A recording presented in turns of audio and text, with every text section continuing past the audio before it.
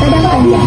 Di sini saya akan menjelaskan mengenai Masjid Asasi yang merupakan basis pengembangan Islam di Kota Padang Panjang.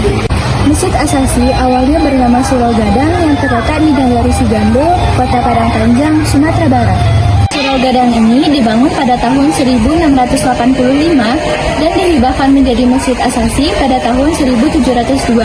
Masjid ini tercatat sebagai masjid tertua di Kota Padang Panjang. Arsitektur masjid ini mengikuti bangunan masjid tradisional di Minangkabau. Sejak didirikannya, masjid ini tidak mengalami kerusakan yang berarti. Pemugaran yang dilakukan yaitu berupa pergantian atap dan juga dinding yang tidak merubah keaslian dari bentuk masjid ini.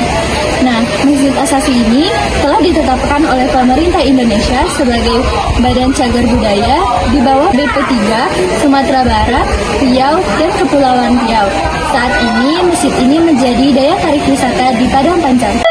Cikal bakal Masjid Asasi berawal dari surau kaum Datuk Kayu suku Koto dan Baranang yang berdiri sejak abad ke-16. Bangunannya terbuat dari kayu dengan atap terbuat dari ijuk. Dalam perjalanannya, surau tersebut menjadi pusat ibadah penduduk negari Ampek Koto, yakni negari gunung, Paninjauan, Tambangan, dan Jaho, sehingga dijuluki sebagai Surau Gadang. Untuk pembangunan Surau Gadang, mendatangkan tukang-tukangnya dari negari Pandai Sike yang dikenal ahli dalam bertukang kayu dan seni ukir. Ukiran yang menghiasi dinding masjid ini terdiri dari 3 aliran yang berbeda, yaitu Hindu, Cina, dan Minangkabau. Selain tempat ibadah, Masjid Asasi juga difungsikan untuk berbagai tradisi adat di negari gunung.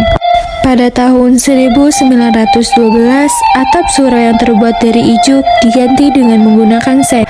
Selanjutnya, dinding-dinding yang sudah lapuk diperbaharui pada tahun 1956.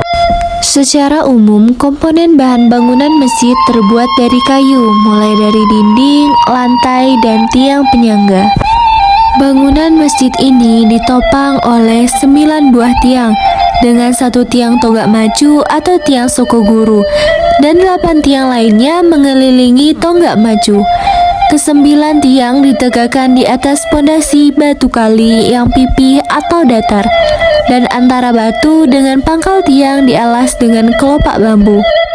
Masjid dikelilingi pagar besi di bagian selatan dan pagar tembok di bagian barat dan utara.